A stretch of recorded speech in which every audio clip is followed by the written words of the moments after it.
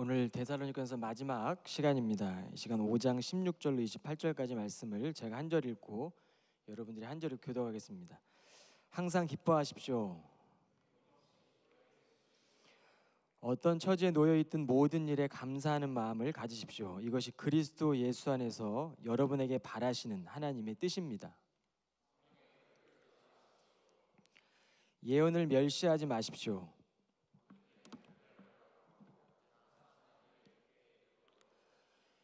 악은 어떤 종류일지라도 흉내조차 내지 마십시오.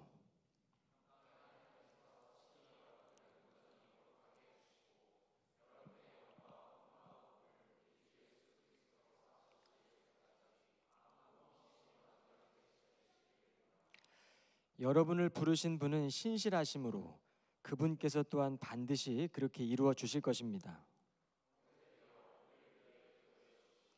거룩한 입맞춤으로 모든 성도들에게 서로 인사를 나누십시오.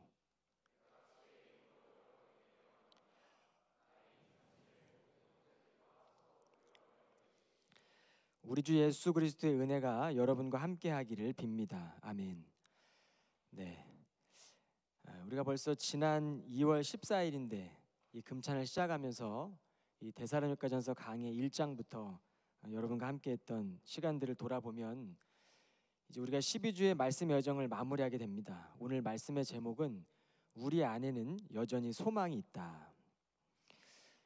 제가 지난 학기 니에미야 말씀에 의해서 이 데살로니가전서 말씀을 같이 나누고자 한 것은 방향을 잃어버리고 살아간 이 세대 가운데 또 믿음을 지키는 일이 핍박과 또 고난 속에서도 이 사랑으로 굳게 서 있었던 데살로니가 이 교인들 또 그 교회를 향한 이 사도 바울의 편지를 함께 나누고 싶었습니다. 여러분, 환난 중에도 믿음을 지켜낸 이 성도들의 삶을 우리가 이제는 살아내야 됩니다. 무엇보다 여러분의 삶의 자리에 데살로니가 교회가 세워져야 돼요. 여러분의 각 분야, 여러분이 지금 치열하게 싸우고 있는 그 믿음의 자리에 이제는 데살로니가 교회가 세워져야 합니다. 그래서 여러분들이 이제는 이 말씀을 마치고 난 뒤에는 여러분의 자리에서 데살로니가전서 1장부터 5장까지 다시 묵상하세요. 그리고 다시 주님 앞에 말씀 위에 세워가는 인생이 되기를 바랍니다. 돌아보면 이 교회는 환난 중에도 소망이 있는 교회였고 복음으로 새 믿음으로 세워진 교회였어요. 단 3주 만에 이런 새 믿음으로 세워졌던 교회였습니다. 하늘 영광과 기쁨의 상급을 바라본 교회였고 신앙이 흔들릴 때마다 견고하게 서 있던 교회였습니다. 그리고 이방 사회 속에서도 이 거룩한 삶을 실천하며 여러 지역에 모범이 된 교회였어요. 그들의 믿음은 죽음을 이기는 믿음, 다시 오실 주님을 기다리며 깨어있는 믿음, 그리고 이 다시 오실 주님은 여전히 우리에게 소망이 되신다. 여러분, 저는 오늘 이 마지막 시간에 바울이 어떤 마음으로 이 편지를 마쳤을까? 이제 이번 학기가 끝나면 우리 교회를 떠나는 교우들도 있을 것이고 또 다른 미국 지역으로 파송되는 청년들도 있을 것이고 또 아마 다른 사역지에서 사역을 하게 되는 그런 교우들도 있을 겁니다. 여러분, 이 마지막 바울의 이 편지 가운데는요, 바울이 전하고자 했던 7가지의 믿음 핵심이 나옵니다. 오늘 그 말씀을 간단히 나누고 뜨겁게 기도하고 우리가 오늘 이 데살로니가전서 강의를 마치려고 하는데요, 신앙의 여정에서 끝이라는 것은요 또 다른 시작인 겁니다.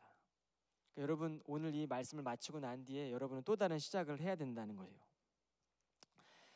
첫째는 이 항상 기뻐하라라는 거예요. 기억하세요.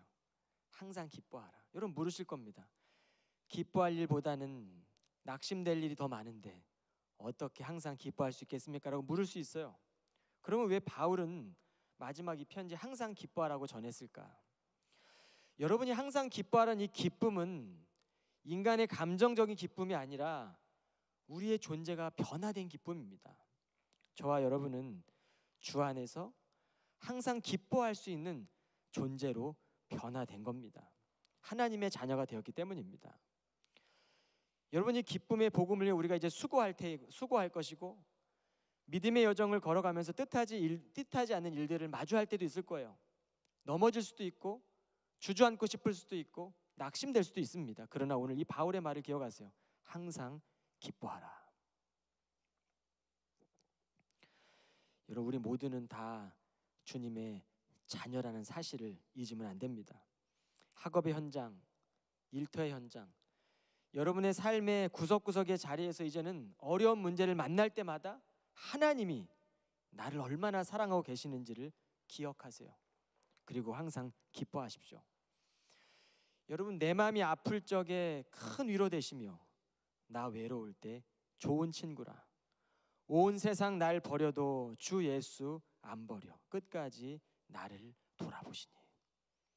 여러분, 이 찬양 기억하면서 주가 주시는 그 기쁨을 누리시는 믿음의 교우들이 다 되시기를 축원합니다. 둘째는요, 어떤 상황에도 끊임없이 기도하라는 거예요. 여러분, 기도는 하나님과의 관계를 확인하는 시간입니다.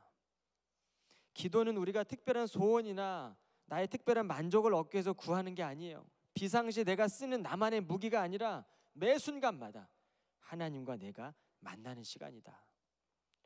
그리고 기도는 그 시간을 보내기 위해서 우리가 영적으로 호흡하는 겁니다.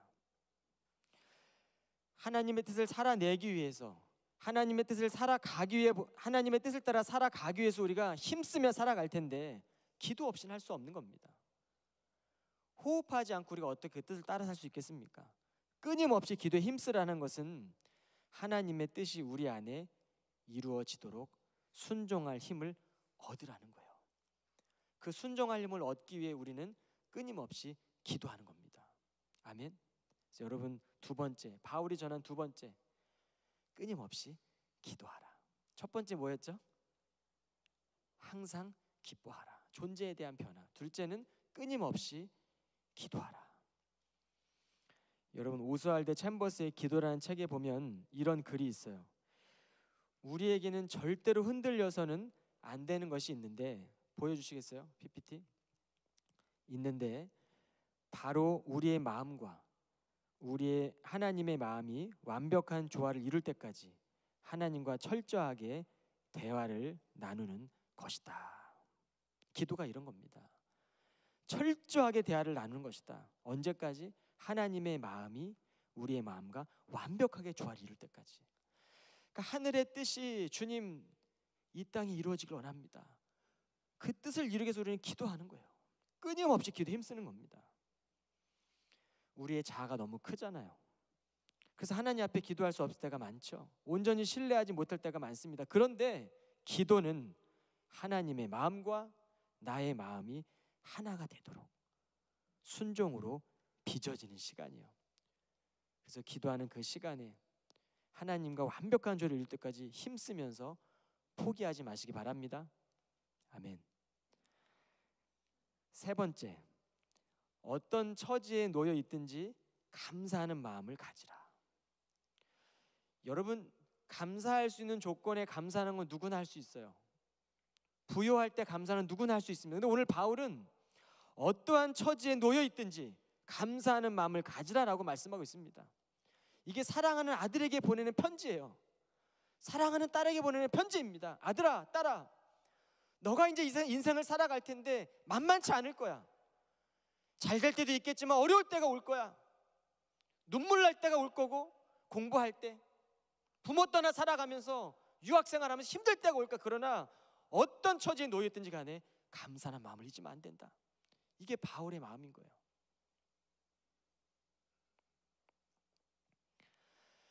여러분, 우리의 현실은요, 때때로 슬픈 일도 있고 괴로운 일도 있습니다.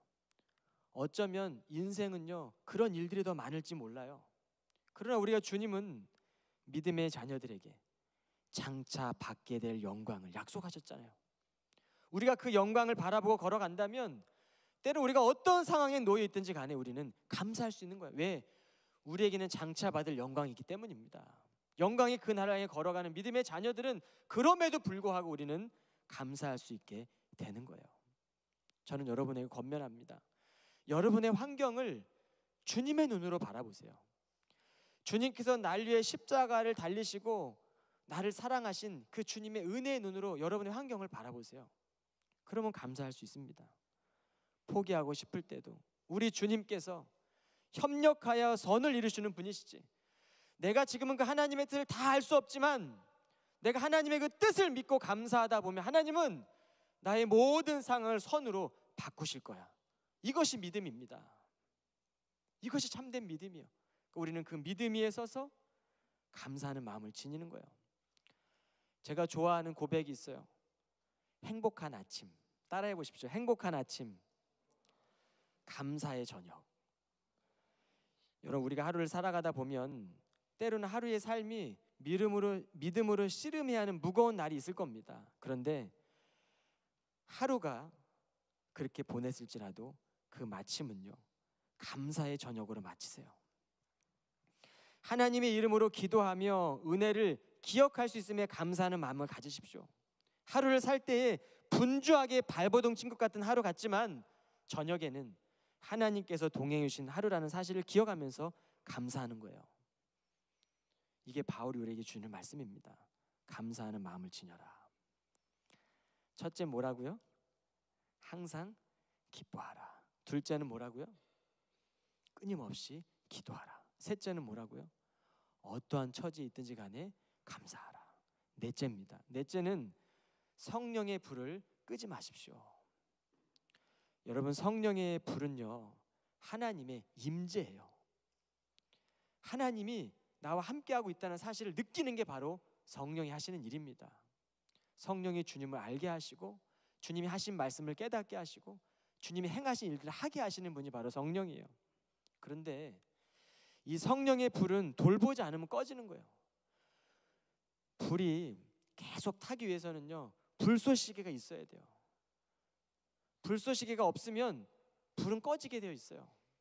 예배하지 않고 말씀을 묵상하지 않고 성령의 불이 계속 타오르길 원한다면 이것은 욕심입니다. 여러분, 성령의 불을 끄지 마십시오. 계속해서 태우세요. 그러면 우리가 그 예배할 때 성령께서는 내 마음 안에 깊은 곳에 있던 미워하는 마음도 태우시고 신앙에 무감각해 했던 내 삶을 깨우시고 죄로부터 돌이키게 하시고 우리 안에 성령께서 일하실 수 있도록 돕는 거예요. 여러분, 예수님과 함께 3년 동안 배웠던 제자들이 십자가 앞에 다 둘이서 떠나가잖아요. 그리고 한 방에 모여서 두려워 떨고 있었어요. 근데 부활하신 예수님이 찾아갑니다. 그리고 하신 말씀이 있어요. 성령을 받아라. 근데 성령을 받고 난 뒤에 두려워하던 제자들이요, 그때부터 예수 그리스도가 살아계시다고 주님의 증인들로, 제자들로 두려워하지 않고 증거하는 증인들로 서기 시작하는 겁니다. 이게 성령이 하시는 일이에요. 그런데 주님이 하신 약속이 그때뿐입니까? 우리는 지금 성령의 시대를 살아가고 있어요. 말세의 시대는 성령의 시대입니다. 이 성령으로 나지 않고는 우리가 이 시대를 살아낼 수도 없고 이길 수도 없어요. 세상 공중권세 잡은 악한 마귀들을 우리가 감당해낼 수가 없다고요. 마음이 비어 있으면 사단 마귀는 7마귀가 돼서 우리 마음을 들어온다고 그랬어요. 왜냐하면 마음이 비어 있으니까. 그러니까 세상은 마음을 비우라고 그래요. 세상에 많은 종교들은 마음을 수련하라고 그럽니다. 명상을 하라고 그래요. 마음을 깨끗하게 평안하게 비우래요. 그러나 성경은 비어있는 마음에 7마귀를 갖고 들어온 겁니다. 왜 그런지 아십니까? 말씀이 없었어요. 그 마음의 삶의 주인이 말씀이 아니었던 겁니다. 주님이 주인이 아닌 거예요. 그러니까 비어있는 마음에 사단이 두루 돌아다니다가 비어있는 마음에 이제는 한 마리가 나갔다가 7마리를 데리고 들어오는 거예요. 감당할 수 없겠죠. 그런 시대를 우리는 살아가고 있습니다. 그래서 깨어 있어야 돼요. 여러분, 성령의 불을 소멸하지 마십시오. 주님의 약속은 지금도 여전히 계속되고 있어요. 십자가의 이 보혈이요, 우리 마음에 흘러 넘치도록 성령께서 해주실 겁니다. 첫째부터 하면 여러분 기억할 수 있겠어요? 자, 다시 한번 해봅시다. 첫째, 네. 둘째, 네. 세 번째, 네 번째, 네. 이제 다섯 번째는요, 예언을 멸시하지 마십시오. 여러분이 예언이라는 거는요, 단순히 미래를 점치고 예고하는 것에 국한되는 것이 아닙니다. 예언은 하나님께서 우리에게 주시는 말씀이에요. 예치할 예자입니다. 우리가 은행에 돈을 예치하는 것처럼 하나님의 말씀을 내 마음에 예치시키는 거예요. 이게 예언입니다. 말씀 원자. 그러니까 말씀을 우리 안에 예치시키는 게 예언이에요. 이제 우리는 데살로니가전서를 마치고 세상에 파송되어서 각 분야에서 여러분이 살아갈 텐데 예언자적 사람이 되십시오. 아주 유명한 구약학자예요. 워터 브루그맨 학자가 있어요. 지금 살아계시는데 그분이 예언자적 상상력이라는 책을 썼는데 그 책에 이런 글이 있습니다. 구약의 모든 예언자들과 온 전체 율법은, 이게 기독교의 근본 가르침인데, 하나님 사랑과 이웃 사랑에 매달려 있다. 구약의 모든 예언자들과 모든 율법은 이 두 가지 계명인 하나님 사랑과 이웃 사랑에 매달려 있다라는 표현을 써요. 붙들려 있다는 겁니다. 아주 간단해요. 예언은. 예수님도 그 말씀 하셨습니다. 마태복음 22장 37절 40절 보여주세요. 예수께서 이르시되 내 마음을 다하고 목숨을 다하고 뜻을 다하여 주 너희 하나님을 사랑하라 하셨으니 이것이 크고 첫째 되는 계명이요 둘째도 그와 같으니 내 이웃을 내 자신같이 사랑하라 하셨으니 이 두 계명이 온 율법과 구약에서 지금까지 예언했던 그 모든 선지자들의 강령이니라. 그러니까 예언은요 두 가지를 압축할 수 있어요. 하나님 사랑과 이웃 사랑입니다. 그러니까 예언은요 단지 말하는 게 아니에요. 하나님을 사랑하는 것이고 이웃을 사랑하는 거예요. 여러분, 예수께서 행하신 이 예언의 말씀, 이 구원의 사건이 이제는 하나님에 의해서 여러분이 속한 직장의 분야에서 흘러가게 하셔야 돼요. 이게 바로 예언자적인 사람이 되는 거예요. 예언의 사람이 되는 겁니다. 여러분의 분야에서 예언의 말씀이 흘러가게 하는 거예요.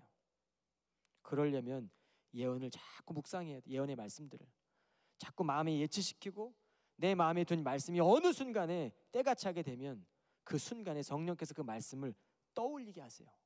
그래서 그 말씀을 실천하게 하고 내가 있는 그 부르심의 현장에서 그 말씀을 비추게 하고 인도하게 되는 등불이 되는 거예요. 그래서 여러분 그 말씀으로 이끌어갈 수 있도록 여러분 늘 고백하고 살아가십시오. 아멘. 여섯 번째는요 21절 말씀이에요. 한 목소리 읽겠습니다. 시작. 모든 일에 분별력을 갖고 언제나 선한 일을 굳게 붙들도록 하십시오. 악은 어떤 종류일지라도 흉내조차 내지 마십시오. 사도 바울은 모든 일에 분별력을 갖고 언제나 선한 일을 굳게 붙들라.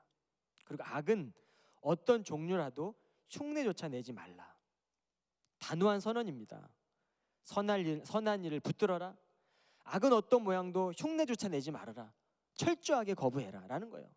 그러니까 이제 주님 데살로니가전서의 교우들은요 이 데살로니가 성도들이 다시 오실 주님을 기다리면서 그들은 부끄럽지 않는 삶을 위해서 새 믿음으로 살아간 거예요. 이게 바울이 여섯 번째 그들에게 하는 교훈이었어요. 그리고 마지막 일곱 번째 교훈은요 바울이 기도로 마칩니다. 여러분 이 기도는 바울이 사랑하는 그 데살로니가 교우들을 향한 간절한 외침이고 뜨거운 사랑의 마음이에요. 한번 같이 읽어볼까요? 시작.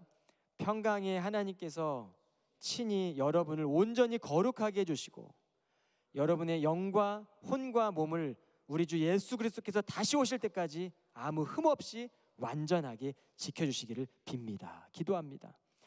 여러분을 부르신 분은 신실하심으로 그분께서 또한 반드시 그렇게 이루어 주실 것입니다. 형제들이여 우리를 위해 기도해 주십시오. 거룩한 입맞춤으로 모든 성도에게 서로 인사를 나누십시오. 내가 주의 이름으로 여러분에게 명합니다. 나는 이 편지를 모든 형제들과 서로 돌려가며 읽으십시오. 우리 주 예수 그리스도의 은혜가 여러분과 함께 하기를 빕니다.